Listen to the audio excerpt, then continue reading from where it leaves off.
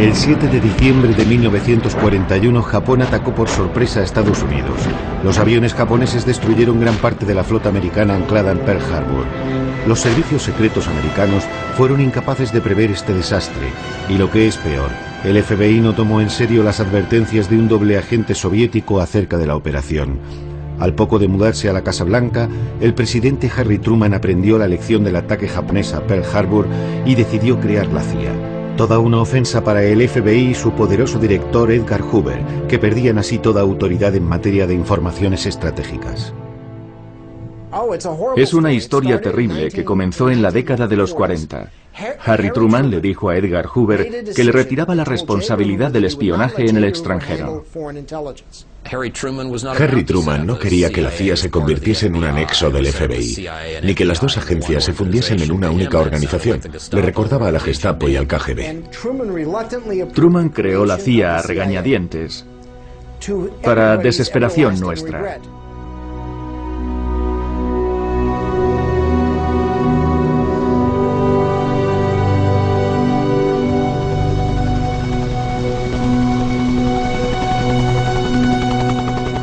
Langley, Virginia, a unos 20 kilómetros de Washington. Aquí se encuentra el cuartel general de la CIA, una fortaleza. 16.000 personas trabajan en ella.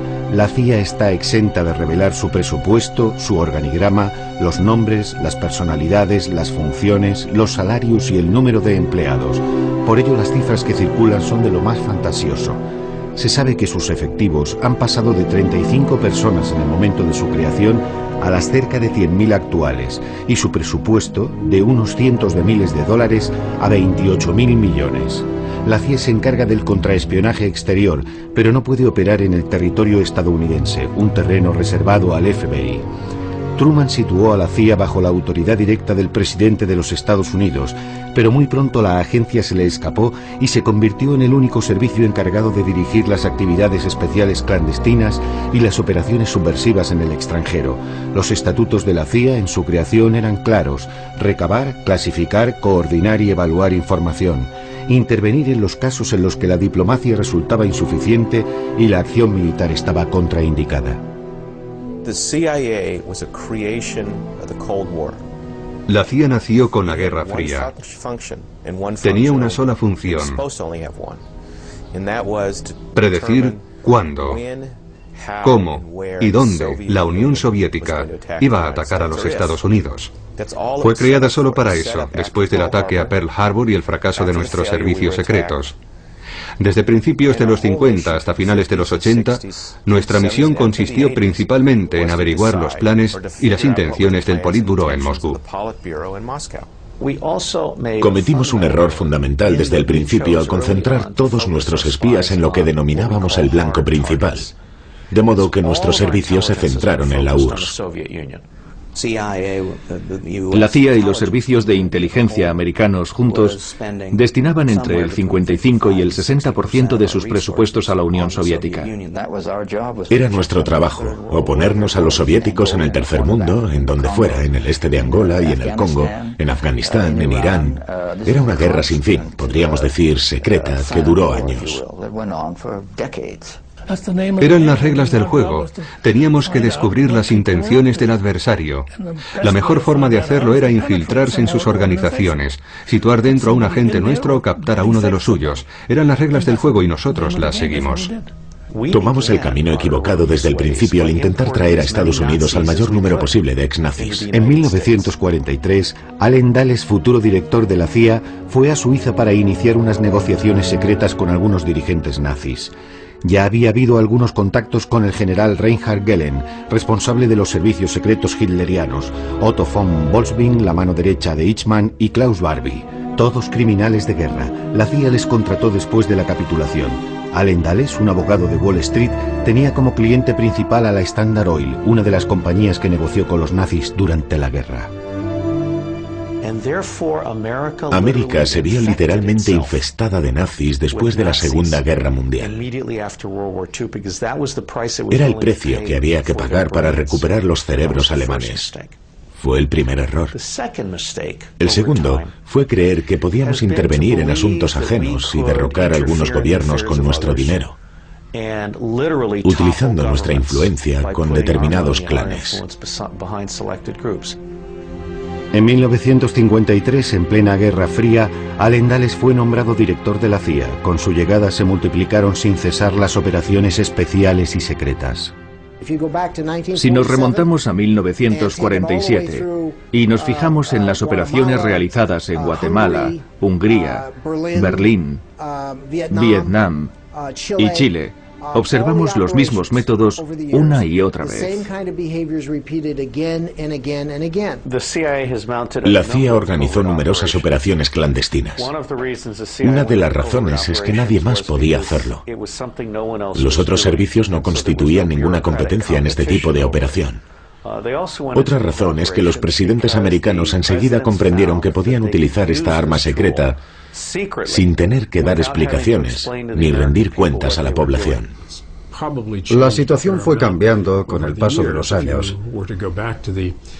Con Eisenhower e incluso en los primeros años de Kennedy, había mucha más disciplina y discreción.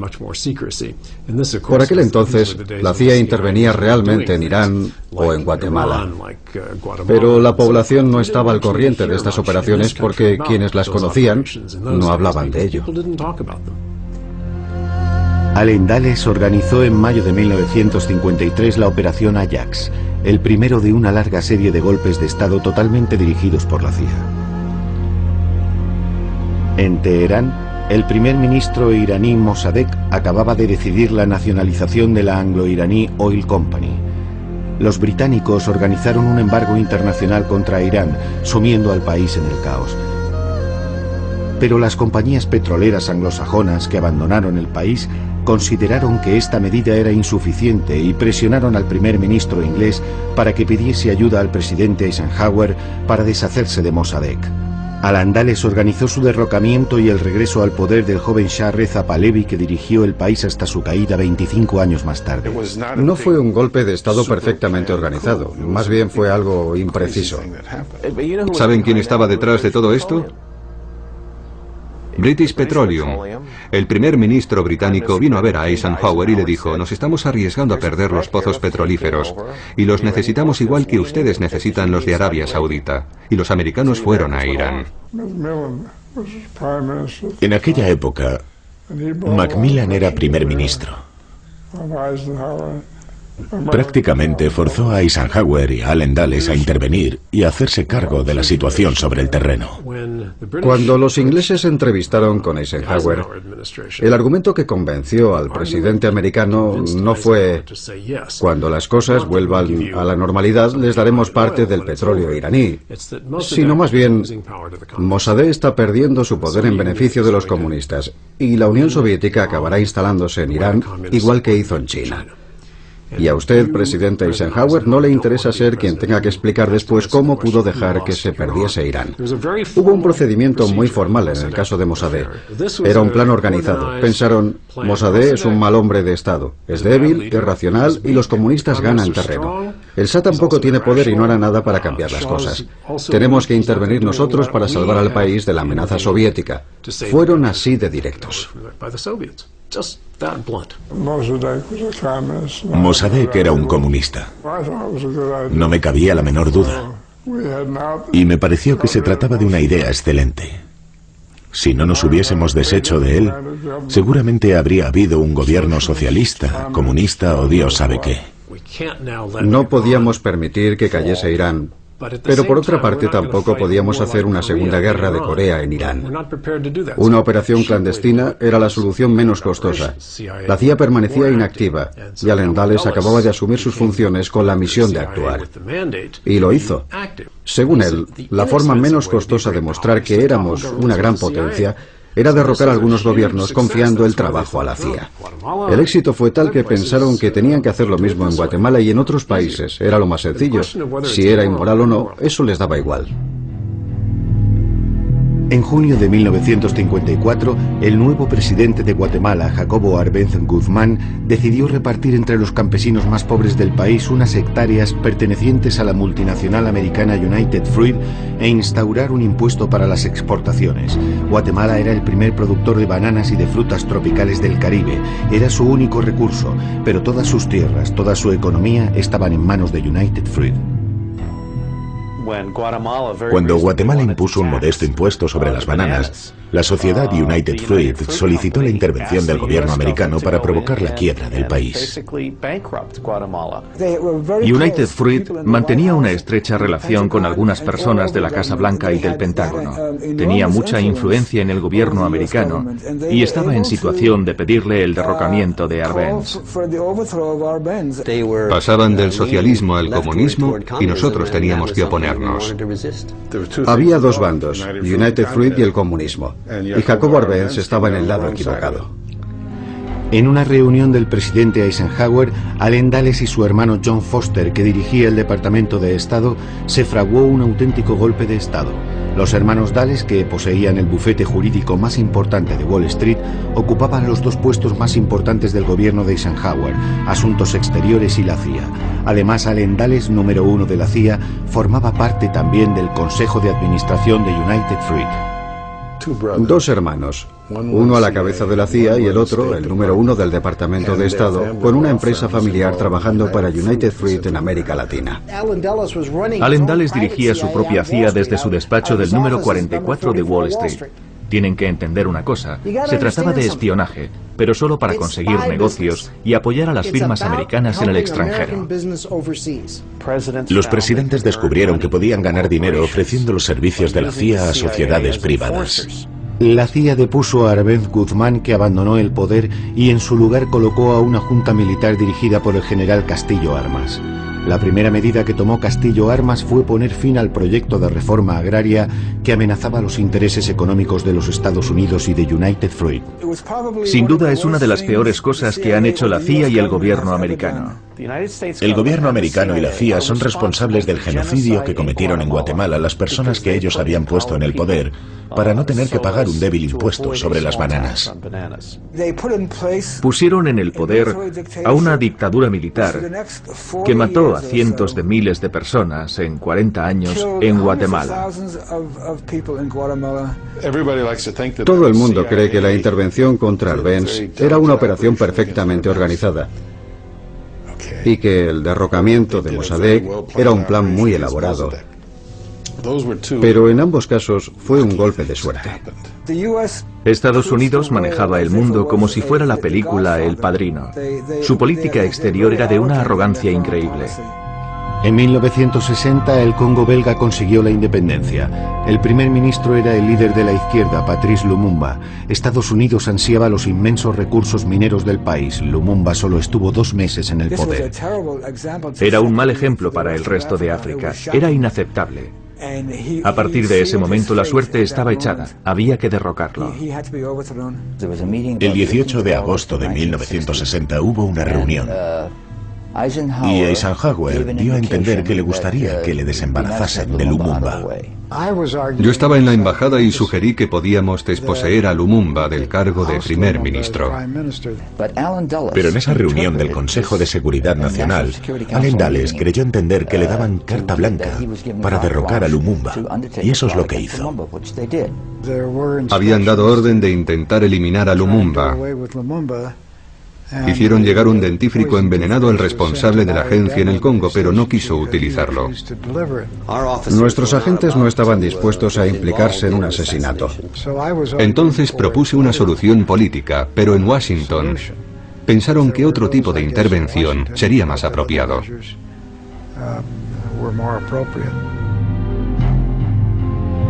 Allen Dulles ordenó el asesinato de Lumumba. En 1975, una comisión de investigación parlamentaria concluyó que el presidente Eisenhower había dado su visto bueno. El general Mobutu, que se había hecho con el poder, mandó ejecutar a Lumumba con un tiro en la cabeza y disolver luego su cuerpo en un baño de ácido. Frank Carlucci, futuro subdirector de la CIA, estaba destinado en el Congo cuando estalló el golpe de Estado. Me acusaron de ser el responsable del asesinato de Lumumba. Es totalmente absurdo pensar que un joven oficial de Asuntos Exteriores pueda dar luz verde al asesinato de un primer ministro. Es una estupidez, sencillamente. Lumumba consiguió escapar de la prisión y se escondió, pero la CIA lo encontró y se lo entregó a uno de sus peores enemigos en el Congo, y fue ejecutado. Es evidente que la CIA intervino en este caso, pero no podemos olvidar cómo estaba dirigida América en aquella época. La misión de la CIA era apoyar a los dictadores y ayudarles a imponerse a la población. Sin duda hubo lugares, tanto en Guatemala en los años 50 como en Irán al principio, que harán que algunos digan que las intervenciones de la CIA eran injustas. Si era justo o injusto, ese es otro tema. La CIA solo servía para organizar operaciones clandestinas. En los años 50, los años de las intervenciones de la agencia en Irán y en América Central, la CIA creía que podía hacer lo que quisiera en todo el planeta. Aunque era una ilusión. Los propios miembros de la CIA alimentaban esta mitología. La CIA se creía invencible. El problema es que a la larga acabaron creyéndose su propio mito. Consiguieron mantener su influencia, su presupuesto y su poder, porque podían asegurarle al presidente de los Estados Unidos que cuando tuviese un problema, como último recurso, ellos podrían intervenir, derrocar el gobierno de un país y cambiarlo por otro. El principal problema es que los miembros de la CIA se lo creían de verdad. Pensaban que eran muy buenos en su trabajo. Pensaban que ese individuo, Castro, no podía ser más duro que los demás. Nos creímos que podríamos tratar Cuba como una simple república bananera, pero Cuba resultó ser más fuerte y más competente de lo que los burócratas americanos se imaginaban. Y nuestra, de todos, de los revolucionarios, de los patriotas, será la misma suerte. Y de todos será la victoria. En Cuba, Fidel Castro, tras expulsar al dictador Batista, nacionalizó las plantaciones de azúcar que pertenecían a americanos. Al día siguiente se inició la escalada. Fin de los préstamos a Cuba, ruptura de relaciones diplomáticas entre los dos países y acuerdo comercial entre Rusia y Cuba. Castro desafía a Washington y se une al jefe del Kremlin, Khrushchev. Era un ejemplo muy malo para el resto de los países de América Latina. Era inadmisible que una islita se rebelara contra Washington y declarase que dejaba de ser un país satélite. El día de la transmisión de poderes, el propio Eisenhower entregó a John Kennedy el informe Bahía de Cochinos, un complot organizado por Allen Dulles y Richard Nixon cuando estaba convencido de que iba a vencer a Kennedy en las elecciones de 1960.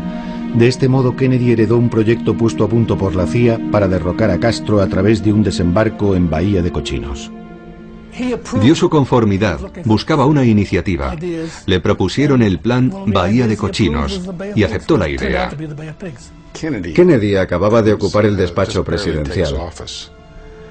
Le hablaron de la Bahía de Cochinos.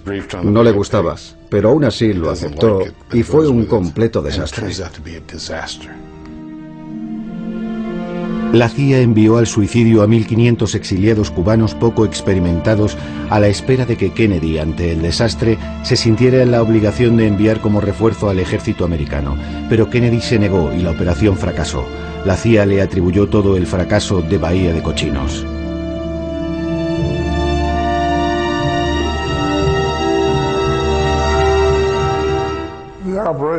La operación fue un fracaso, porque la dirigieron mal. Y punto. Yo creo que aceptó porque no tenía una idea mejor y su equipo tampoco. Actuó con los medios que tenía a mano. Era una operación militar mal preparada y las informaciones no eran buenas. Pensar que un puñado de hombres podía desembarcar y de una forma u otra derrocar al régimen era subestimar la popularidad de Castro. Esperaban que se nos uniesen los cubanos, pero no lo hicieron. La estrategia militar era mala y aún así nos obligaron a ir. La CIA había advertido que la operación solo tendría éxito si los Estados Unidos estaban dispuestos a apoyar a los sublevados militarmente. En el último momento, el gobierno decidió no proporcionarles apoyo militar para el desembarco en la bahía de Cochinos. Y la operación fracasó. Nosotros estábamos furiosos después de lo de la bahía de Cochinos, porque nos sentíamos totalmente culpables del fracaso. Aunque algunos estaban indignados con el presidente. Odiaban a Kennedy sobre todo porque, según ellos, se había negado a enviar la aviación en la operación de Bahía de Cochinos. No podemos afirmar que a la CIA le gustase el presidente o no. Se trataba de algunas personas o de algunas unidades, aunque había algunos agentes, jefes de división u otros oficiales más antiguos a quienes probablemente no les gustase el presidente. ¿Por qué iba a gustarles? Hacía cosas que no les parecían bien, así que no les gustaba. A los pocos meses de su llegada a la Casa Blanca, John Kennedy y su hermano Bob, ministro de Justicia, otorgaron a la CIA plenos poderes para eliminar a Fidel Castro. Sam Halpern fue el encargado de poner a punto la Operación Mangosta. Entre el fracasado desembarco en la Bahía de Cochinos en el 61 y la muerte de John Kennedy 2 años después, Castro escapó a 8 intentos de asesinato organizados por la CIA. Kennedy pedía sugerencias para el caso de Cuba.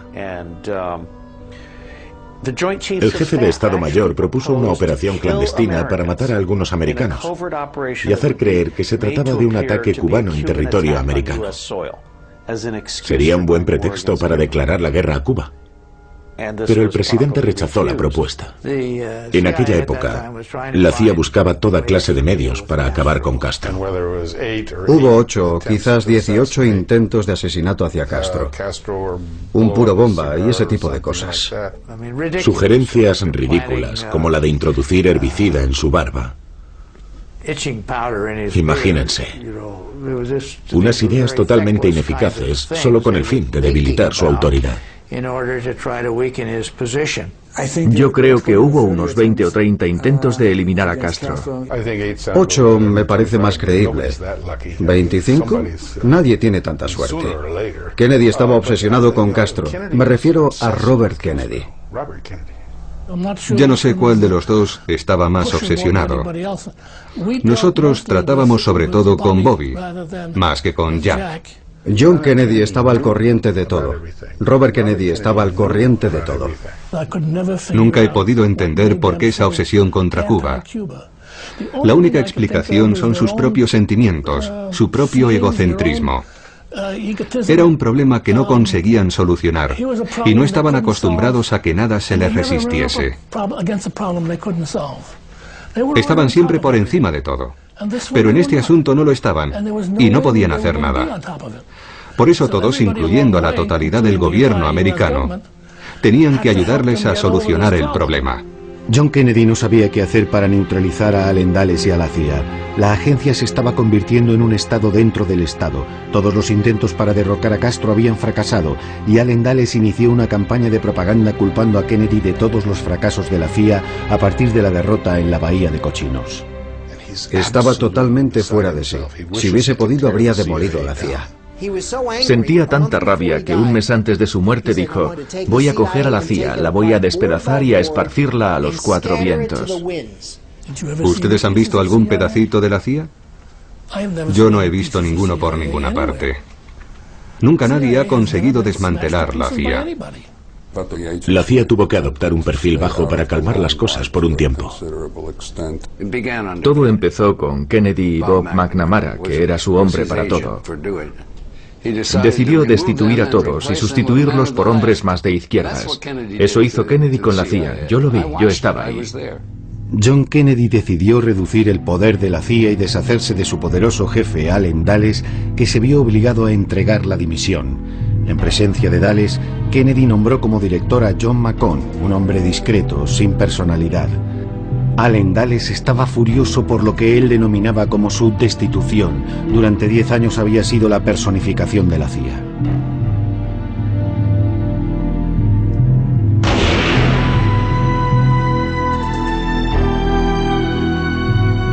Al día siguiente del asesinato de John Kennedy, su hermano Bob se precipitó en casa de John McCone, el nuevo director de la CIA, para hacerle una sola pregunta.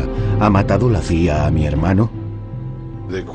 La pregunta surgió después del asesinato del presidente en noviembre de 1963. Sí. Bobby Kennedy le preguntó a John McCone: ¿qué hay de cierto en todo esto? Su hermano tenía todo el derecho del mundo a hacer este tipo de preguntas. Ni es de extrañar. ¿Por qué no iba a hacerlo? No lo sabía y quería estar seguro. Es humano preguntar: ¿ustedes han matado a mi hermano? ¿Por qué no? McCone no podía admitirlo. Ningún director de la CIA reconocería la implicación de la agencia en el asesinato de un presidente. ¿Por qué un director de la CIA iba a querer matar al presidente? El presidente le había destituido. Ya no tenía las herramientas necesarias para matarlo. ¿Y con qué objetivo? ¿Demostrar que no le gustaba el presidente? El presidente ya lo sabía.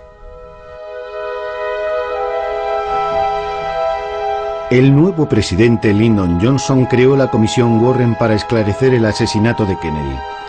Pero curiosamente se confió la investigación a Allen Dulles, cuando todos sabían que Kennedy y él se odiaban y que Dulles había perdido su puesto por culpa de Kennedy. Dulles se dejó filmar en Dallas.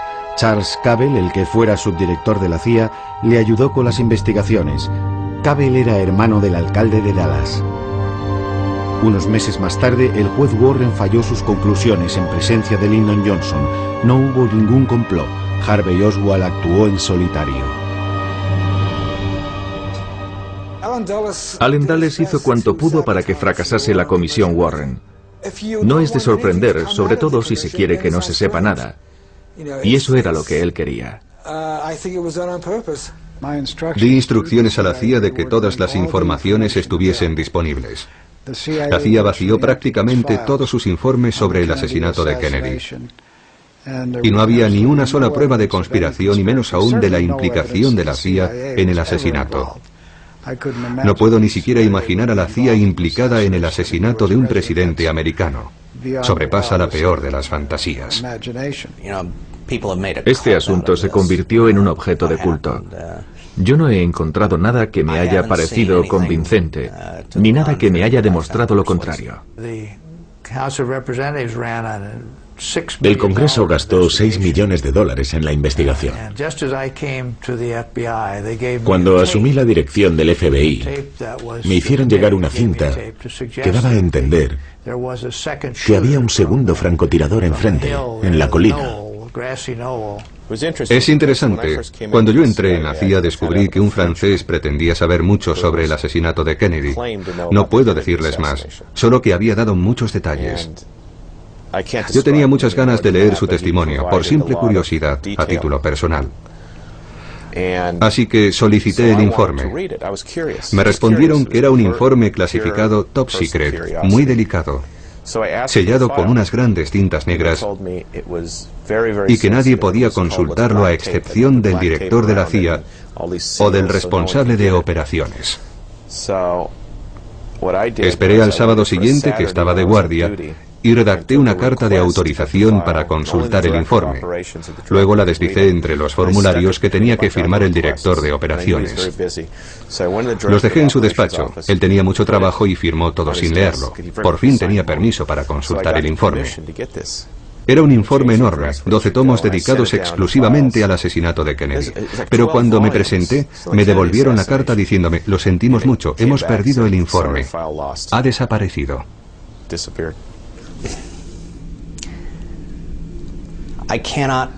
He perdido la cuenta de todas las teorías del complot que he visto en los últimos años. Yo solo sé que todas estas historias no tienen fundamento, porque aquí en Washington nadie sabe guardar un secreto, y menos aún durante tanto tiempo. Sobre todo si hay dinero en juego. Si fuese cierto, alguien lo habría vendido ya a algún periódico o a algún periodista. Nadie puede guardar también un secreto. Habría sido necesario que miles de personas, en el FBI, en la CIA, en el ejército, en el Pentágono, guardasen el secreto del asesinato de Kennedy.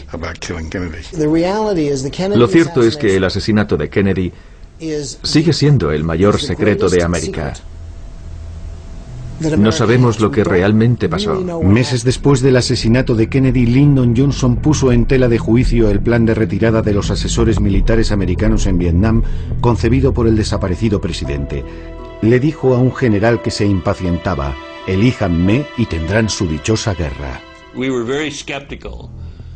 En la guerra de Vietnam, nosotros éramos un tanto escépticos sobre la posibilidad de ganar una guerra de guerrillas contra el norte, mientras este siguiese siendo un santuario. En agosto del 64, la CIA montó un falso ataque norvietnamita contra un buque de guerra americano en el Golfo de Tonkin. Con esta agresión preparada pieza a pieza, Johnson tenía por fin un pretexto para multiplicar por 10 el número de soldados americanos que combatían en el sudeste asiático e iniciar los bombardeos contra Vietnam del Norte. El buque americano Maddox ha sido atacado en alta mar en el Golfo de Tonkin. Se trata de una agresión deliberada. En ningún momento hubo provocación. Probablemente fue un falso ataque, sin duda nunca se produjo. Quienes iban a bordo del barco pudieron equivocarse por completo y creer que estaban siendo atacados. El capitán del barco envió un mensaje diciendo que no había visto nada, que tenía serias dudas sobre los mensajes precedentes y que creía firmemente en la posibilidad de que hubiesen luchado contra una alucinación. El Pentágono y la Presidencia decidieron no tener en cuenta el último mensaje y utilizar el incidente del Golfo de Tonkin como pretexto para entrar en guerra. Fue el detonante de una decisión que iba a cambiar muchas cosas. Este acto indigno no hace sino aumentar la determinación de todos los americanos a comprometerse con el pueblo y con el gobierno sudvietnamita. Se utilizó como pretexto para intensificar la guerra. El incidente sirvió de justificación para otras acciones. Ahora sabemos que era mentira. En su momento se tenían dudas, pero las sospechas no se confirmaron hasta más tarde, cuando se descubrió que no había sido más que un pretexto, una historia inventada.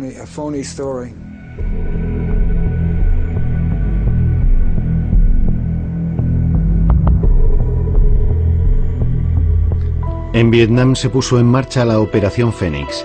La CIA se encargó de aplicar pura y llanamente un programa de asesinatos de civiles, profesores, médicos, ejecutivos, para paralizar el país.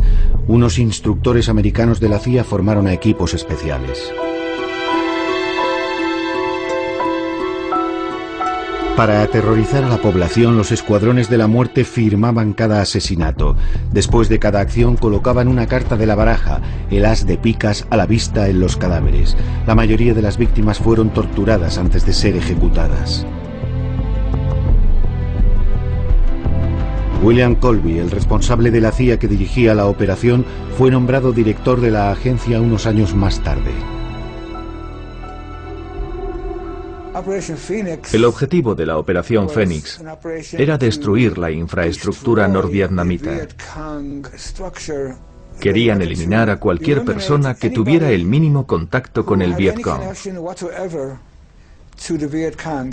Era una operación clandestina que nos ordenaron cumplir para poner trabas a los esfuerzos norvietnamitas. Bill Colby estaba detrás de Fénix, una operación que mató a muchos vietnamitas. Lo cierto es que no me apetece mucho remover este asunto. Bill se encargó de ponerlo a punto, de organizarlo. Era un dispositivo defensivo destinado a proteger nuestras operaciones. Bill Colby me juró que la operación había sido relativamente limpia y un éxito. Sencillamente mataron a todo aquel que presuntamente tuviese la mínima relación con el Vietcong. Y no me refiero solo a soldados, sino también a civiles. Fue una masacre espantosa. Pueblos estratégicos, pacificación del campo, en general todo fracasó en un contexto revolucionario. Formaba parte de un conjunto de prácticas. En Vietnam, Lyndon Johnson se metió en un atolladero. I got a letter from LBJ that said this is your lucky day, time to put your khaki trousers on.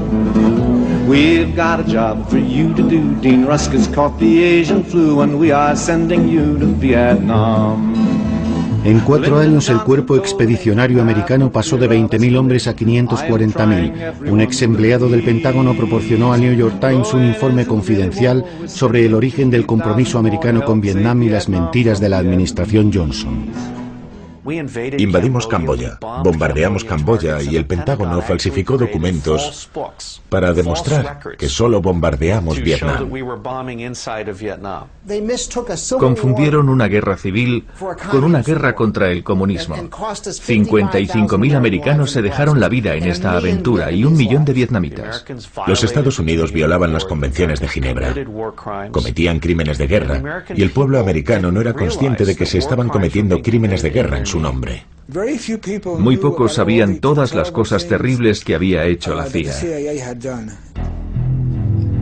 La operación Caos, que se inició con Johnson y se amplió con Richard Nixon, tenía como objetivo a los izquierdistas, a los subversivos, acusados de estar manipulados por potencias extranjeras. La CIA llevaba años espiando, poniendo escuchas, vigilando a más de 10.000 americanos, profesores, estudiantes, periodistas, políticos. Unidades especiales de información efectuaban robos, pesquisas, abrían el correo de ciudadanos cuyo único crimen consistía en estar en desacuerdo con la política de su gobierno. No solo la CIA. Todos los servicios de inteligencia espiaban a los estudiantes y abusaban de su poder.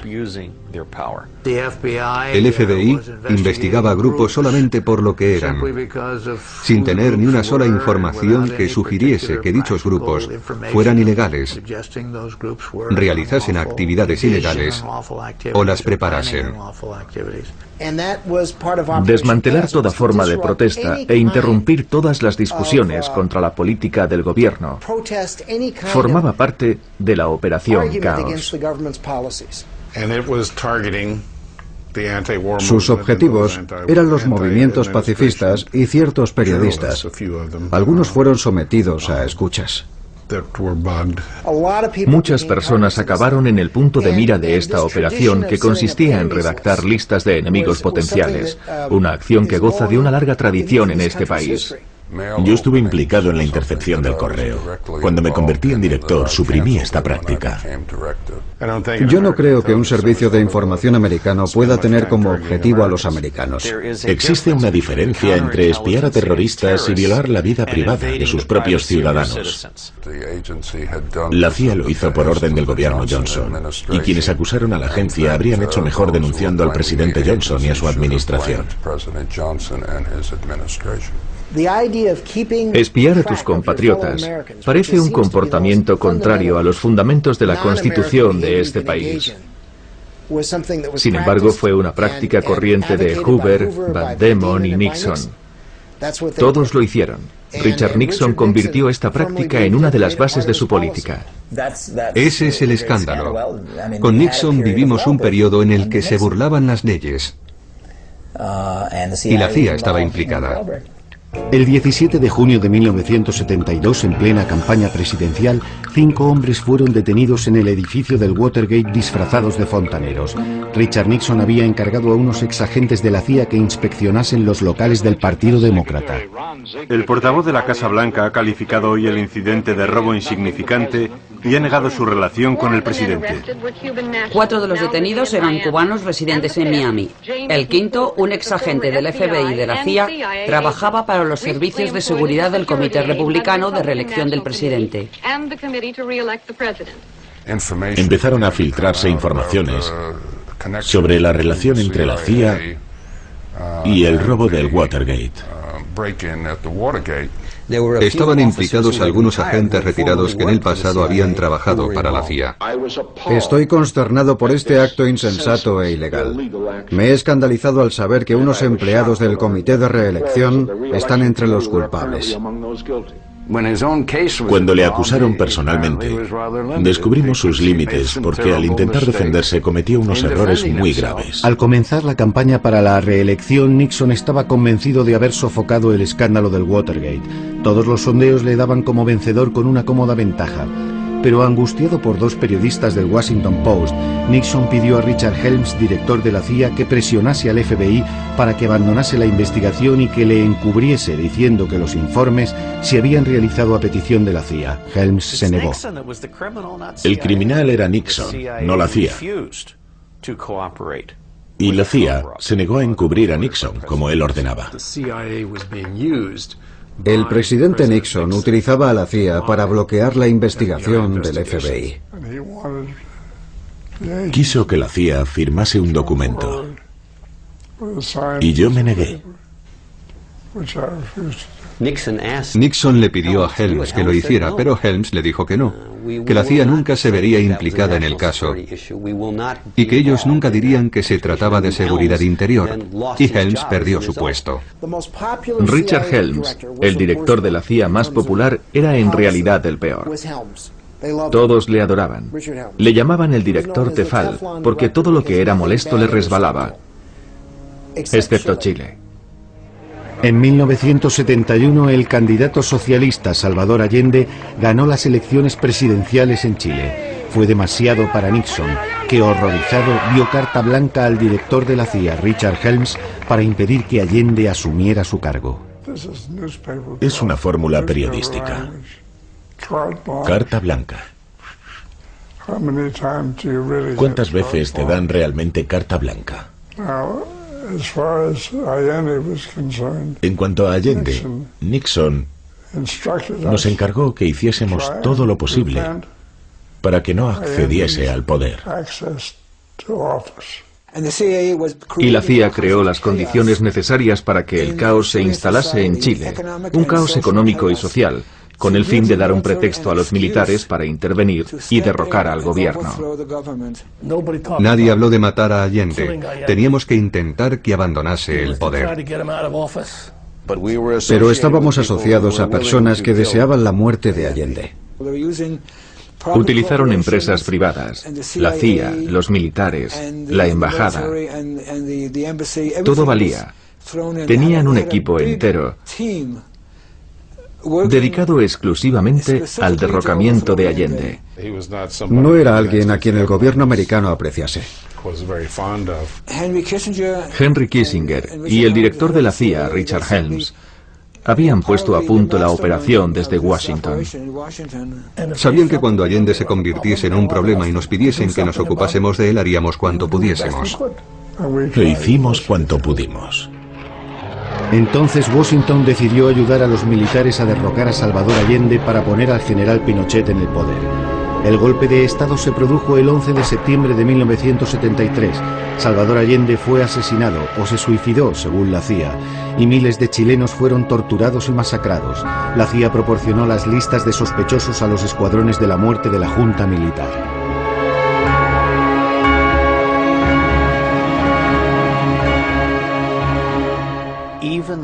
Incluso los agentes de la CIA más experimentados, personas con 20 o 30 años de servicio, no son todavía conscientes de la cantidad de asesinatos y operaciones clandestinas que la CIA ha podido cometer.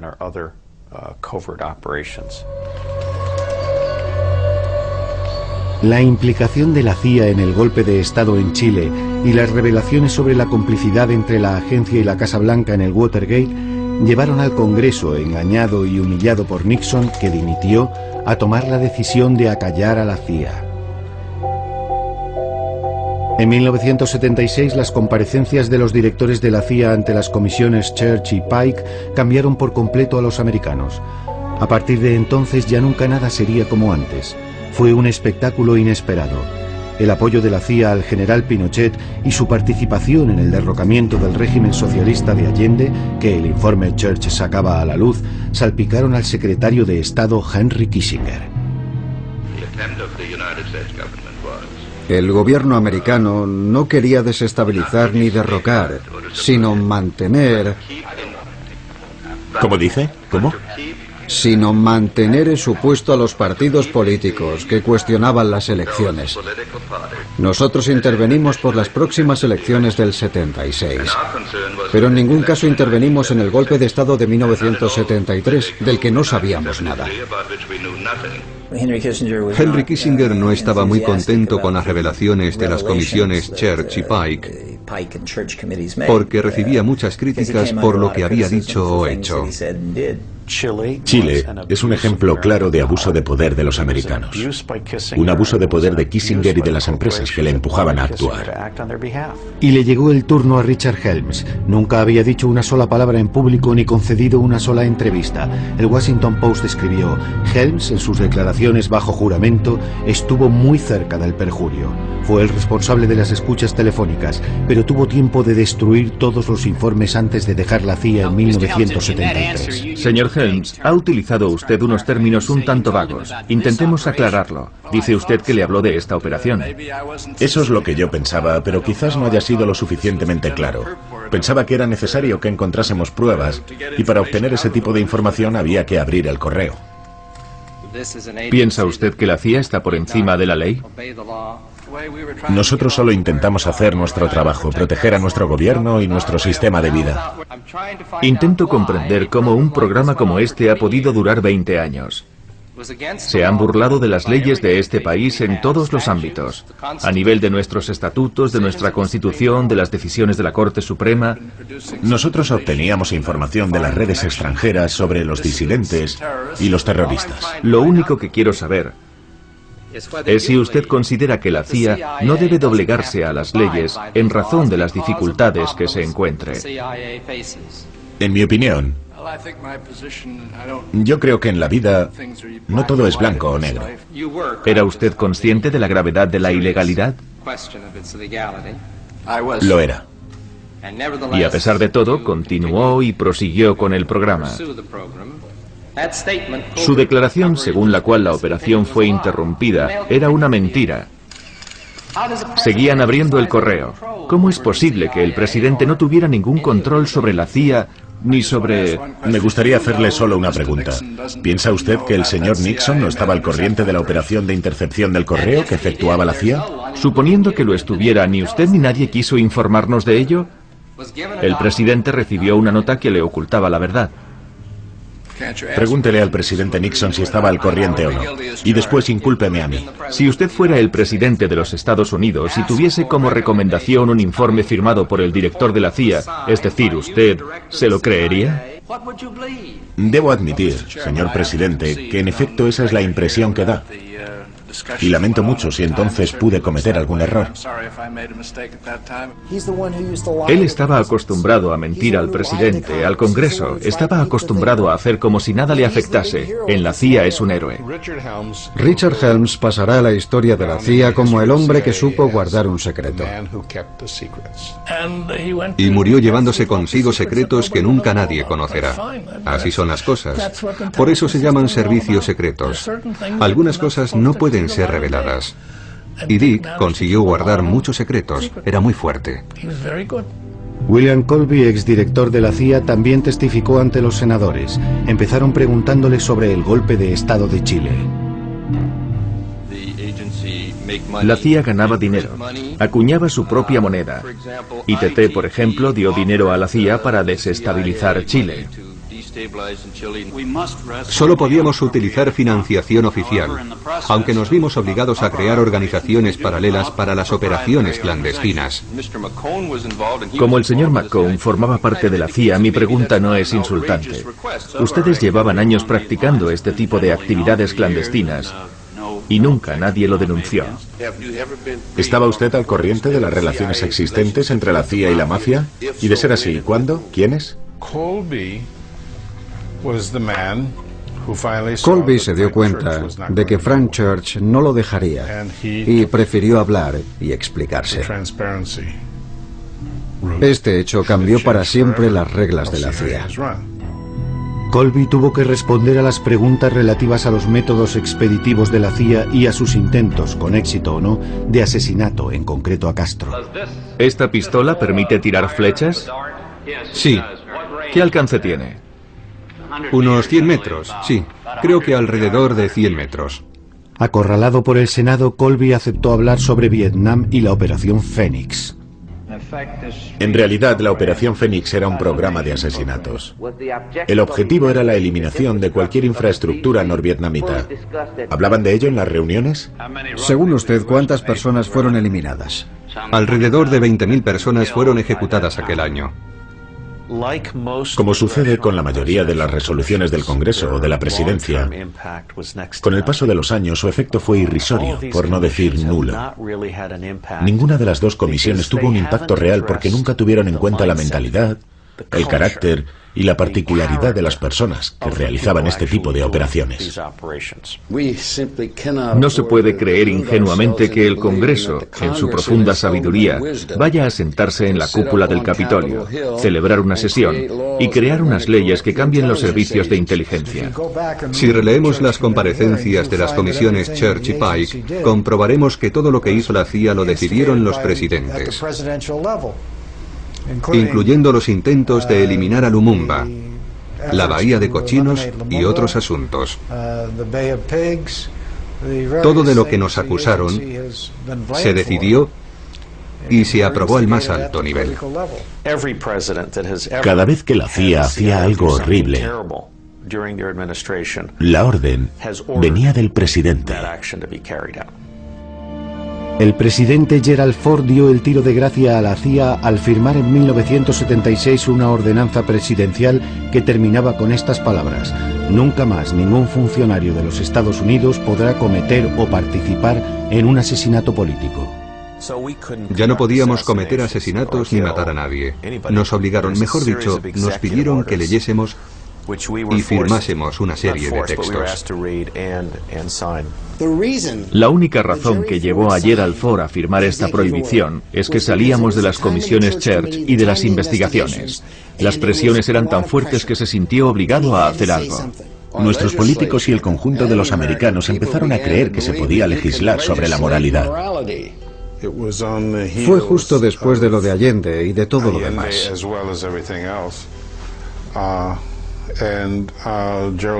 Gerald Ford lo descubrió cuando era presidente y firmó la Orden 12033, que estipula que no habrá más asesinatos. Punto final. Tonterías. Siempre lo han hecho. Si hay que asesinar a alguien por el interés del país, lo volverán a hacer. Todos los gobiernos lo han hecho cuando era necesario, no es nada extraordinario. El asesinato es una herramienta más del gobierno, eso es todo.